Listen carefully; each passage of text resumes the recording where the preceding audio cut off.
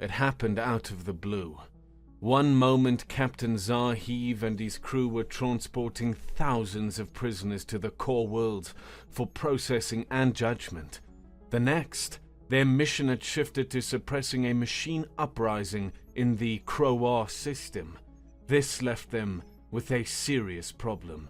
What were they supposed to do with all the prisoners occupying the lower, supposedly temporary, cells of the Enforcer now?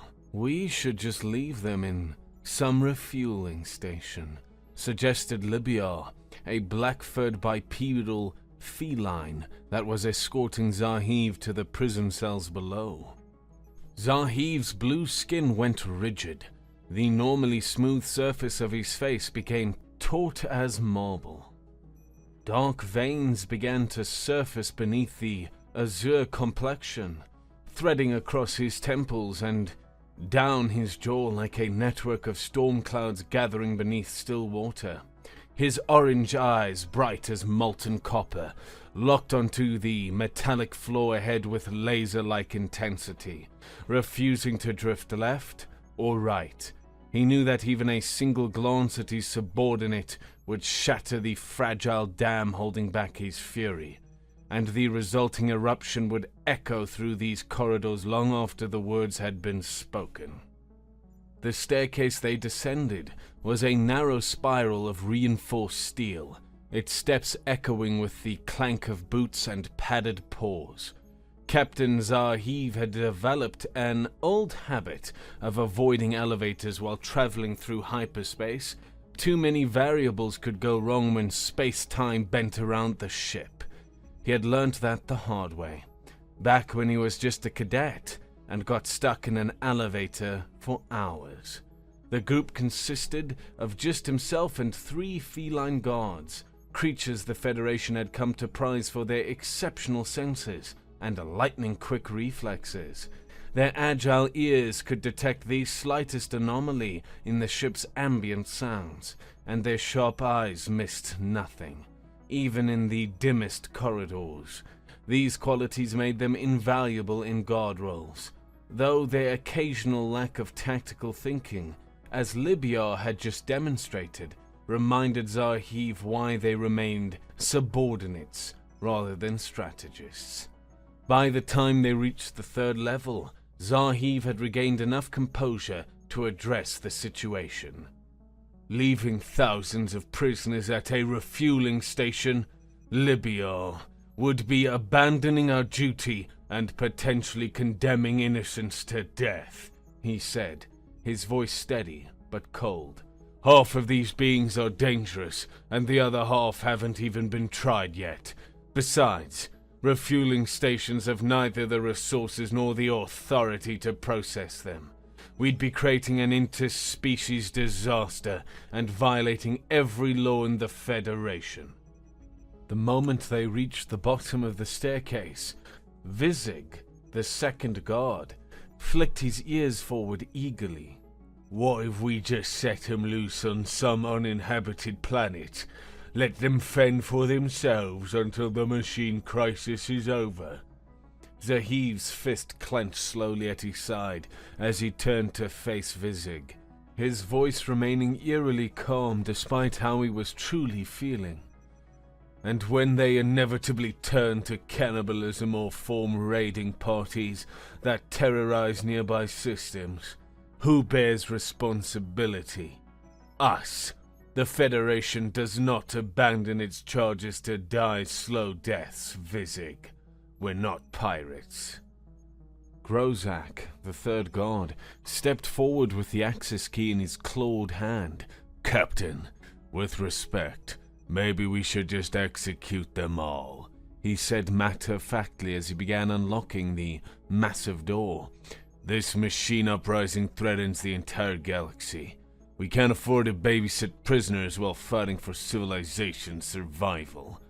Zahiv waited in silence as the lock mechanism disengaged, his orange eyes fixed on the heavy door.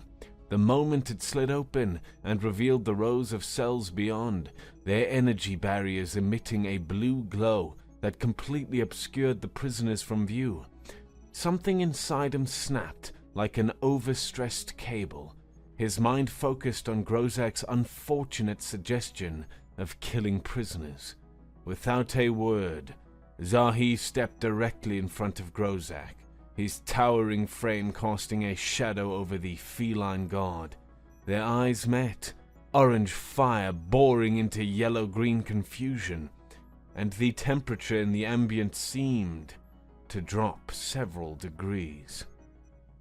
The captain's fist drove into Grozak's abdomen with the force of a piston, doubling the guard over and sending him crashing into the bulkhead with a strangled yowl. Libya and Vizig both flattened their ears against their skulls, their fur bristling as they instinctively took several steps backward. Libya's tail had gone rigid with shock, while Vizig's pupils dilated to black saucers as he witnessed his superior's sudden violence against their peer. "I have infinite tolerance for stupidity," Zahi said, "but zero tolerance for unethical behavior." He straightened his uniform before continuing. "I'm old-fashioned that way. Normally I'd wait until we were in private to discipline you, but you got unlucky. Those force fields prevent the prisoners from seeing out of their cells, and we can't let them think they can hit you just because I did." Zahiv reached down and grasped Grozak's arm, pulling the winded guard back to his feet with surprising gentleness. He brushed the dust from the feline's uniform with great care, straightening the collar and smoothing down the fabric as if nothing had happened.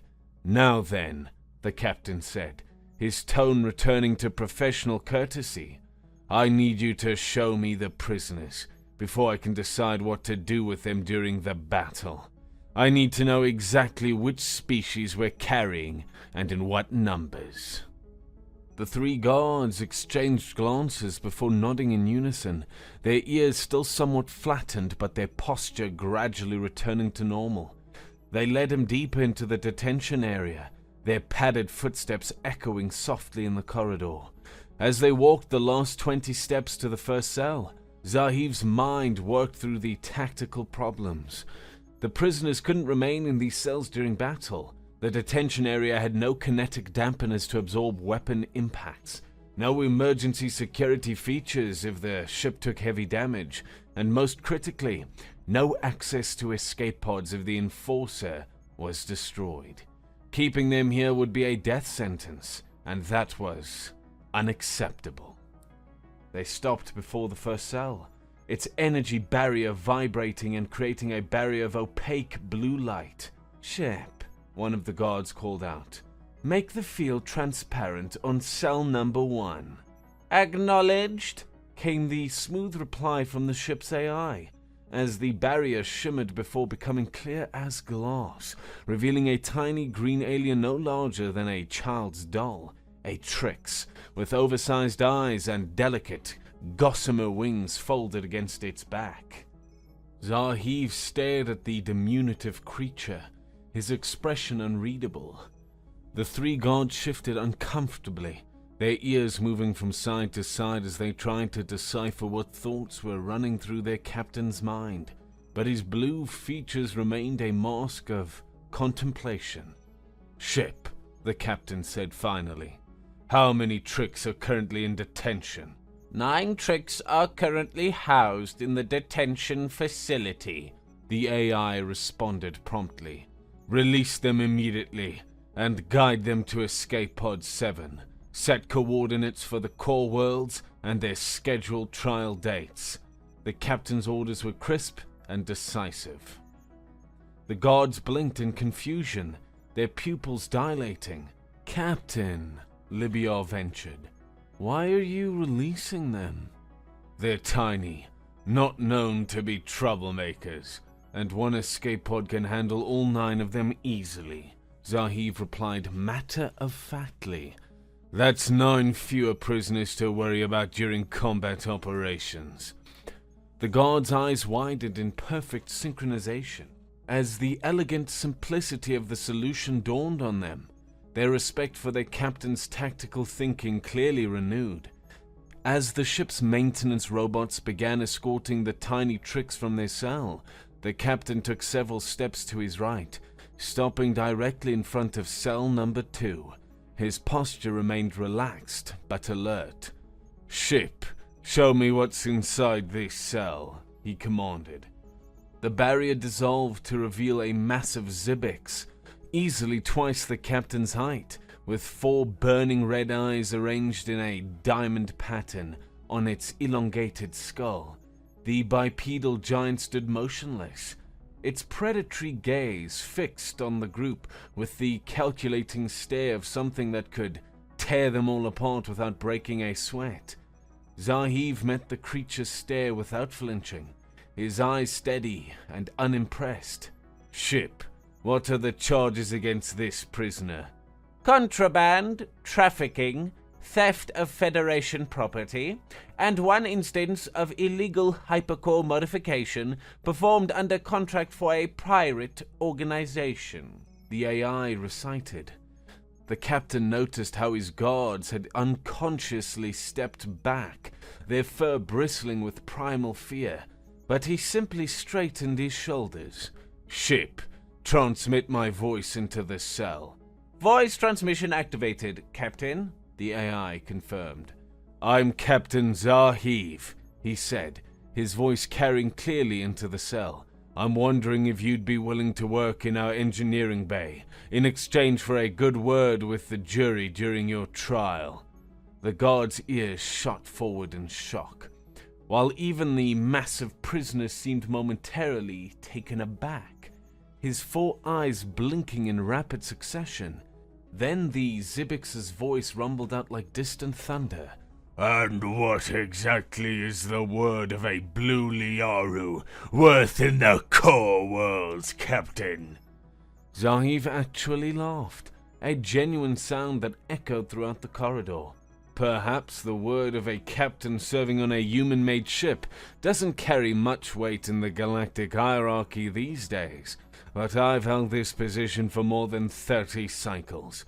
I've made some connections along the way. Something shifted in the massive alien's demeanor. His great head lowered in what might have been respect, and when he spoke again, his tone had changed completely. "I accept your terms, Captain. You'll have no trouble from me."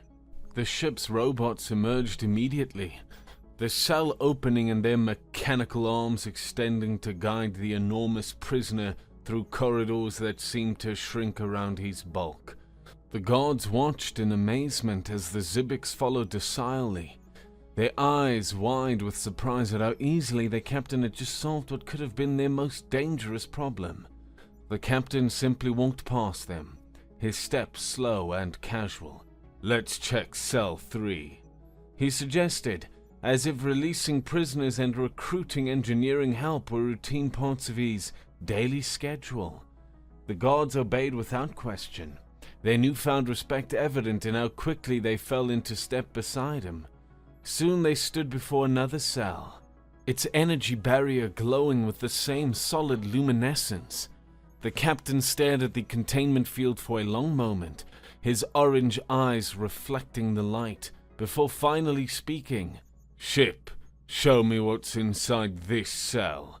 The barrier dissolved, and Captain Zahiv froze.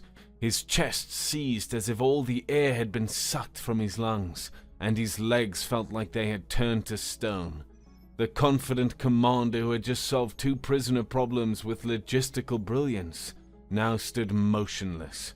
Inside the cell sat a bipedal figure with long, flowing hair, its color as black as the void.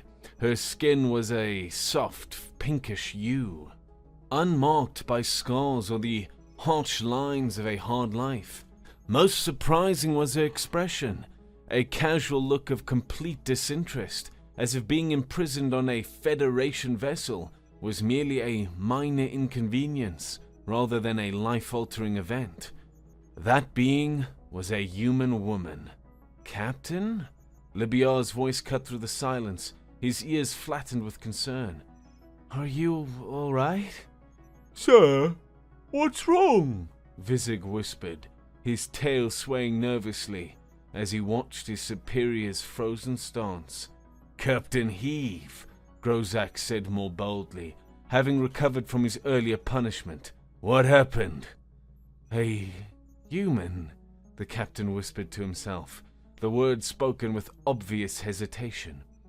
"Ship, transmit my voice into the cell immediately." "Voice transmission activated, Captain," the AI confirmed. Zahiv straightened his shoulders, trying to regain his composure. "Ma'am, I'm Captain Zahiv of the Federation vessel Enforcer. May I ask what crime brought you to my detention facility?" The human woman didn't even look up.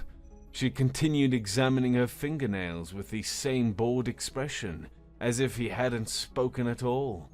The captain cleared his throat and tried again, his voice carrying a note of disbelief. I'm sorry, but I need to know what charges you're facing. It's highly unusual to find a human in our prisoner transport." Still nothing. She shifted slightly in her seat, crossing one leg over the other, but gave no indication she'd heard him. Zahiv's shoulders sagged slightly. "Ship, what are the charges against the prisoner?" "The human female is detained for insubordination and disrespect toward Federation authority," the AI replied in its neutral tone. "Additional charges include 1 count of verbal abuse directed at Galactic Judge Theron during her sentencing hearing." "Insubordination?" The captain's voice brightened immediately. That's nothing.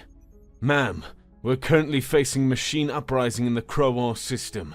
Would you consider joining our crew for this mission? Your experience could be invaluable." The woman finally looked up, one eyebrow raised in mild amusement, but said nothing. "I'm offering you a position as my second in command," Zahiv continued, his voice growing more earnest. "Full Federation rank, complete authority over tactical operations." Behind him, Libyar's ears shot straight up. "Captain, are you feeling well?" "Sir," Vizik added nervously. "Perhaps we should—" "I'm not interested," the human said flatly, her first words since they'd arrived. Zahiv ignored his guards completely. "What if I offered you command of your own strike team? Complete autonomy in the field, direct access to all ship resources?" Still no. "Captain," Grozak stepped forward, his voice filled with concern. "Are you quite all right? Perhaps you should rest." "Department head positions," Zahiv pressed on, his desperation becoming more apparent. "You could oversee engineering, weapon systems, even navigation. Name your preference." The human woman leaned back in her chair, a small smile playing at the corners of her mouth. "I want to be captain." The corridor fell silent except for the low noise of the ship's systems. Zahiv's orange eyes dimmed slightly as he shook his head slowly. "That's the one thing I cannot do," he said quietly. "Not even for a human, the first species to reach the stars." He turned to face his bewildered guards, his voice carrying the weight of reverence. "The ones who built the very foundation of what the Federation is today." The woman's voice cut through the tension like a blade.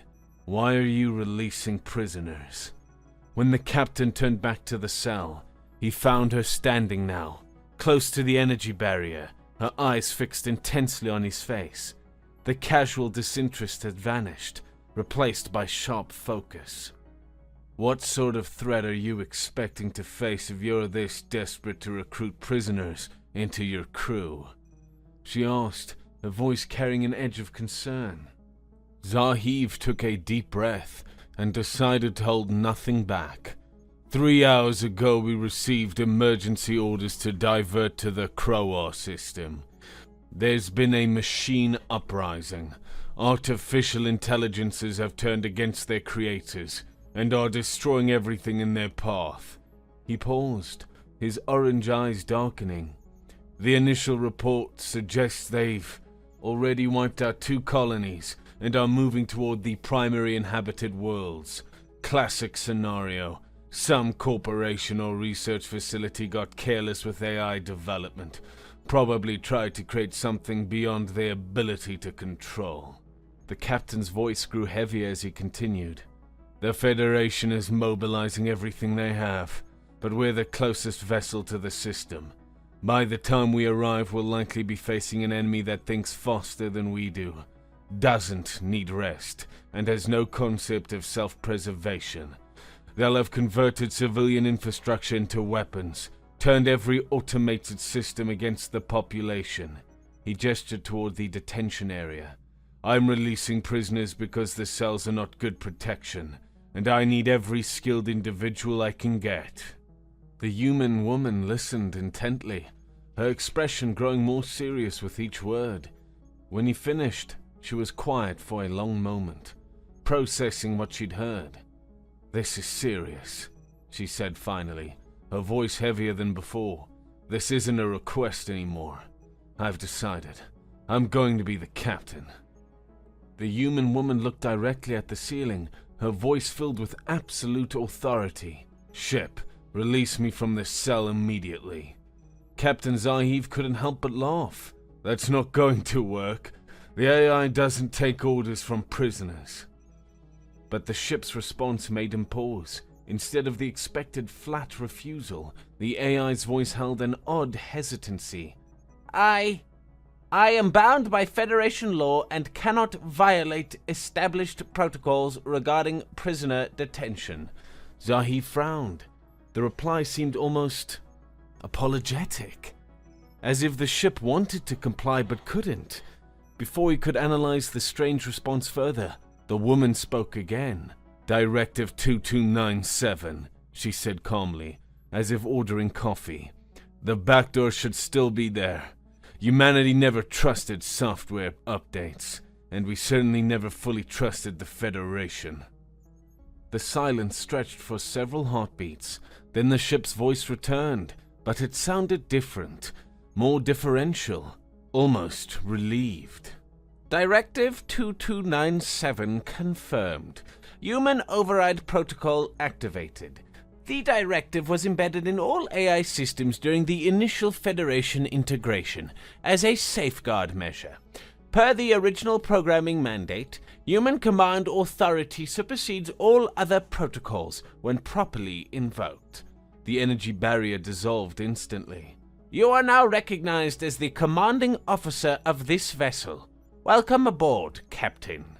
The woman stepped out of the cell with casual confidence, brushing imaginary dust from her clothing. The 3 guards stood frozen, their ears flattened against their skulls, eyes wide with shock. Even their tails had gone rigid with disbelief. "No, this shouldn't be possible," Grozak said. "How did she—" Libyar began but couldn't finish the thought. Vizig simply stared, his pupils dilated to black circles. Zahi felt the deck shift beneath his feet, not physically, but something fundamental had changed. The ship itself seemed different. The noise of the engines held a new note, and even the lighting seemed to have adjusted subtly. The AI that had served under him for over 30 cycles now belonged to someone else. The human woman placed a hand on his shoulder, her touch surprisingly gentle. "Shall we go to the bridge now?" she suggested, her voice betraying nothing about the confidence of someone who had just inherited command of a Federation warship. "We have a machine uprising to deal with, and I suspect we're going to need every minute we can get." The journey to the bridge felt like a procession through a transformed ship. The corridors seemed exactly the same brushed metal walls, the same soft blue lighting strips along the floor, yet everything felt fundamentally different. The ship itself had changed allegiance in that single moment when the AI acknowledged her authority, and now even the familiar spaces felt alien to Zahiv. "I'm Yara, by the way," she said casually as they passed through a junction where 2 maintenance corridors branched off toward the engineering sections. "Figured you should know the name of your new captain."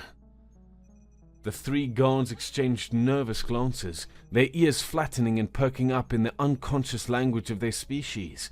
Libyar's tail was agitated as he fell into step behind Zahiv, his voice dropping to an urgent tone. "Captain," he said, "say the word, and we can help you retake the ship by force. The crew is loyal to you. They've served under your command for decades. They don't know this human. Don't trust her. We could have the bridge secured in minutes."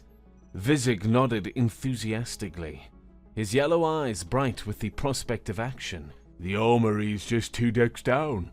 We could arm ourselves, coordinate with the security teams. Zahiv raised a hand, and the three guards fell silent immediately. His eyes reflected the corridor lighting as he considered their words, but when he spoke, his voice held a finality that brooked no argument. "No," he said simply. "Now that a human has taken control of the ship, we should just let her solve the issue." He paused, his expression thoughtful. "Besides, we're not liable anymore under Federation law. This is her responsibility now, her command, her consequences to bear." The guards looked confused, but Zahi felt something he hadn't expected. Relief. For over 30 cycles, every decision had weighed on his shoulders. Every tactical choice, every disciplinary action, every life or death moment in combat. All of it had been his burden to carry. Now, suddenly that weight was gone.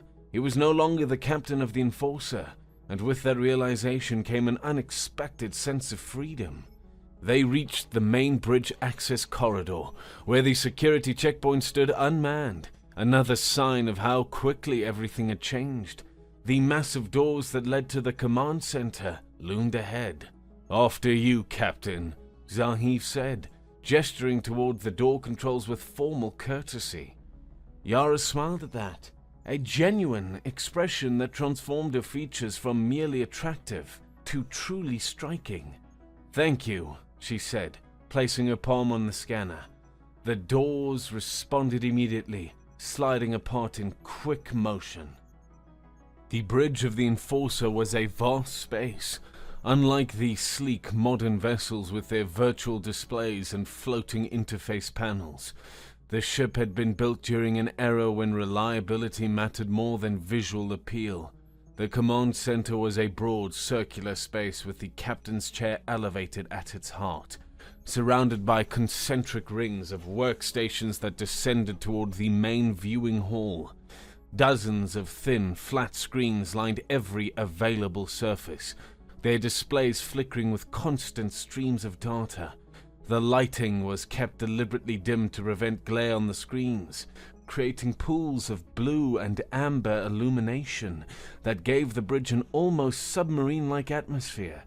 23 crew members of various species worked at their stations, their attention focused on their tasks, with the intensity that came from knowing they were heading into combat. Every head turned as the group entered, conversations dying mid-sentence as the crew took in the sight of their captain accompanied by an unknown human woman. The tension was clear. Fear, confusion, and uncertainty crackling through the air like static electricity before a storm. Zahiv stepped forward willingly. "Attention, crew," he called out, and the bridge fell into complete silence. "I am announcing a change of command. This is Captain Yara, and she is now in charge of this vessel." The crew's reaction was immediate and visceral. A Regalian navigator's silver skin went pale. The communications officer, a Tyrillian with natural golden fur, froze mid-motion over a console. "The bridge is yours, Captain," Zahiv said formally, gesturing toward the command chair with military precision. "Thank you," Yara replied. "I appreciate the smooth transition." The crew remained frozen, uncertain how to react to this unprecedented situation. Some looked to Zahiv for guidance. Others stared at Yara with their gazes betraying their rejection. Zahiv moved to take position beside the captain's chair, where he had always stood when serving as someone else's first officer in his younger days. "What about the other prisoners in the cells?" he asked. "Some of them might be useful in the coming battle, but others could pose security risks." Yara waved a dismissive hand, her attention already shifting to the tactical displays around the chair. "I'm not worried about prisoners right now," she said confidently. "I know a way to deal with stubborn machines, and a new rogue AI won't be much of a challenge for this ship." Her expression darkened slightly. It would be different if it were one of the old rogues that roam the outer galaxy. Those things learn to think in ways that would give you nightmares. But a new rogue, this should be manageable. She finally took a seat, her gaze surveying the bridge. "Ship, I want all prisoners released from detention immediately. Have them escorted to positions near the escape pods, just in case we need to evacuate quickly." "Acknowledged, Captain," the ship's AI responded. "All prisoners will be moved to escape pod staging areas within the next 15 minutes. Time seemed to flow differently as Yara adapted to a new role. She moved through the bridge with no hurry, stopping at each workstation to learn the crew members' names and understand their specific functions. Her questions were direct, revealing a deep understanding of ship operations that surprised everyone present.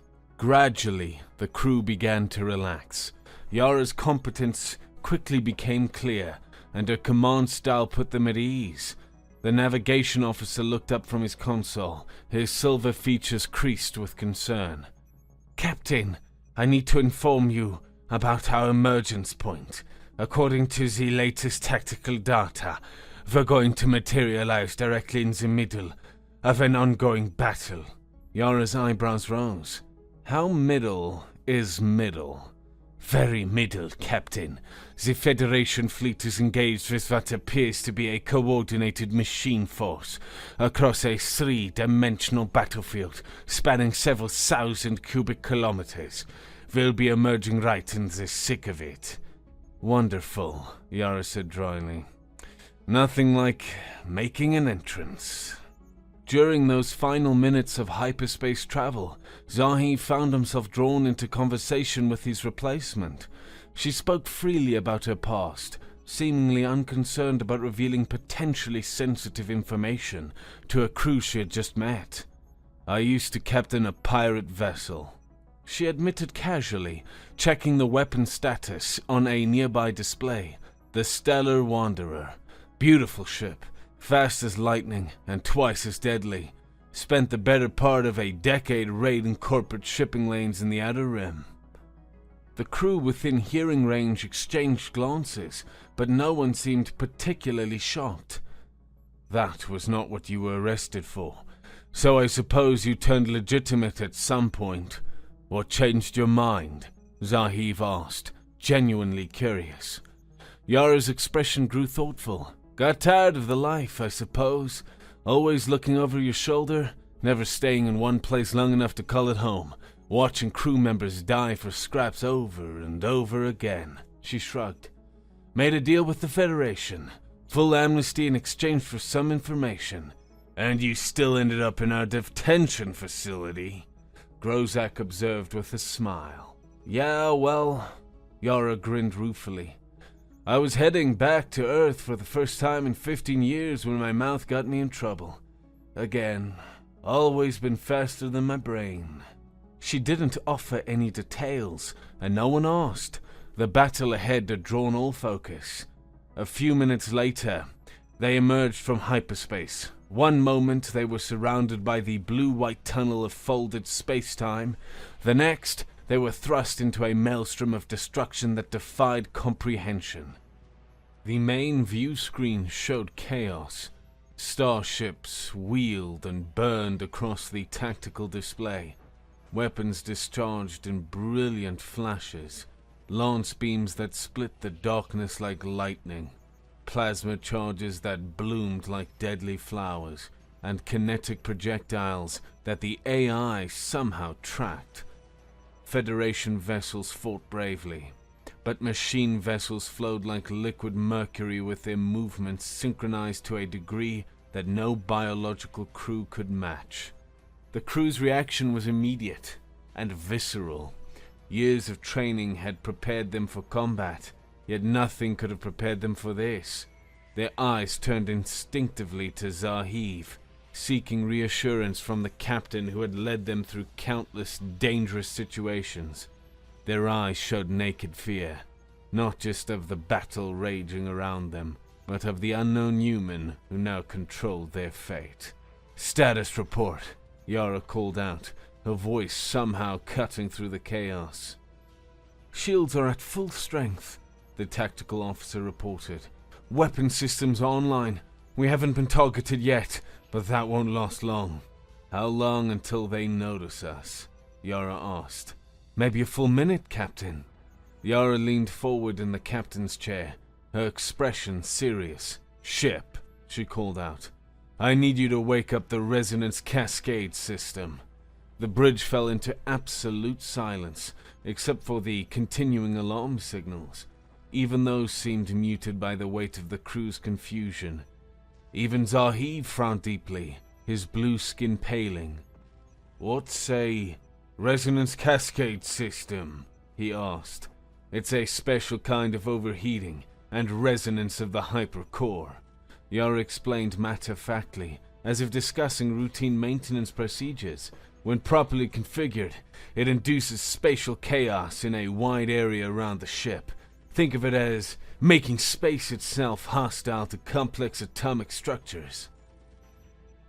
The ship's AI responded immediately, but its tone held a note of warning that made everyone on the bridge pay attention. "Captain, I am familiar with this system. However, I must warn you that deployment comes at the cost of minor cellular damage to living beings, and it is typically lethal to most mechanical systems within the affected area." Zahiv stepped forward, alarm evident in his voice. "Wait, what kind of weapon are we talking about here? What do you mean by cellular damage? How much area are we affecting?" But Yara cut him off with a sharp gesture. "No time for detailed explanations," she said firmly. "Ship, deploy the resonance cascade immediately." "Acknowledged, Captain," the AI replied, initiating resonance cascade sequence. The deployment was unlike anything Zahiv had ever experienced in 3 decades of space service. The entire ship began to vibrate, but not with the familiar thrum of engines or the harmonic resonance of weapons charging.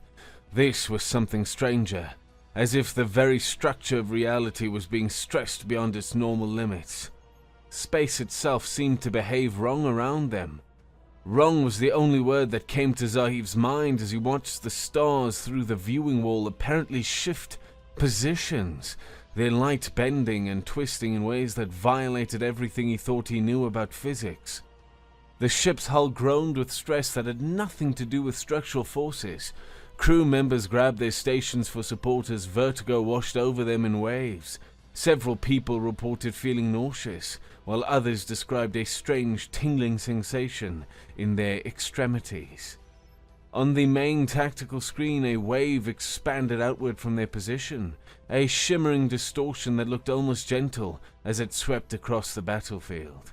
It moved at roughly the speed of light, creating expanding rings of altered space that intersected with ships, weapons fire, and debris fields. The effect was immediate. Every machine-controlled vessel the wave touched simply stopped functioning. Their engines went dark, their weapons ceased firing, their maneuvering thrusters fell silent. The Federation vessels, crewed by biological entities, continued operating normally. Their crews reported some discomfort, headaches, dizziness, minor coordination problems, but their ships remained partially functional.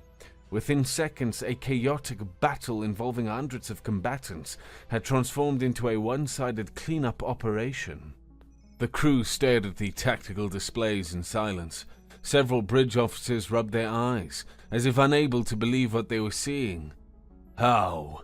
was all Zahiv could manage. The explanation came from both Yara and the ship's AI. chaos field, Yara said, settling back in the captain's chair with obvious satisfaction. The resonance cascade destabilizes local space-time at small scales, making the vacuum itself hostile to complex molecular structures. The field operates by introducing random fluctuations that destroy molecular bonds, the AI added. The effect is distributed randomly throughout the affected volume, causing widespread and unpredictable damage to all matter within the field. But why do machines die while living beings survive? The communications officer asked, her voice shaky from the recent stress.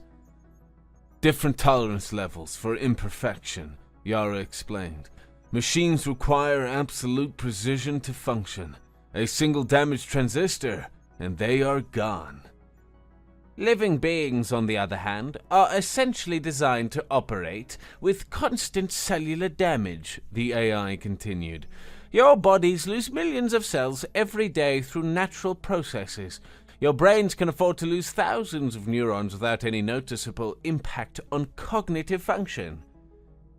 As the immediate crisis passed and the bridge crew began to process what they had witnessed, Zahir found himself watching an interaction that would change his understanding of the galaxy forever. Yara and the ship's AI engaged in what appeared to be a casual, friendly conversation about technical specifications and strategic options. Their exchanges revealing a familiarity that went far beyond their brief acquaintance. "Ship, can you estimate the field's duration?" Yara asked. "Approximately 30 minutes, Captain." "More than enough time to coordinate with the Federation fleet and establish secure perimeters," she replied approvingly. "Good work." "Thank you, Captain. It's refreshing to work with someone who understands the full capabilities of this vessel."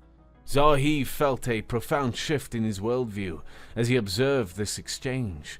The casual way with which Yara commanded the ship's most advanced systems, the AI's obvious respect for her knowledge, the existence of weapons and capabilities he had never known about despite serving on this vessel for decades. All of it pointed to a truth that was both humbling and awe-inspiring. They live in a galaxy that humans had built. The Federation's power, its technology, its very existence stemmed from human innovation from a distant past. The ships they served on, the AI systems they relied on, the fundamental principles of space travel itself, all of it tracked back to humanity's expansion into the stars. Perhaps the absolute authority of the Federation that everyone took for granted was simply a reality because humans were content to let other species manage the empire they had created. Humans rarely traveled among the stars these days, preferring to remain in their core worlds while the galaxy they had shaped continued to operate according to their original design. The crew around him seemed to be reaching similar realizations.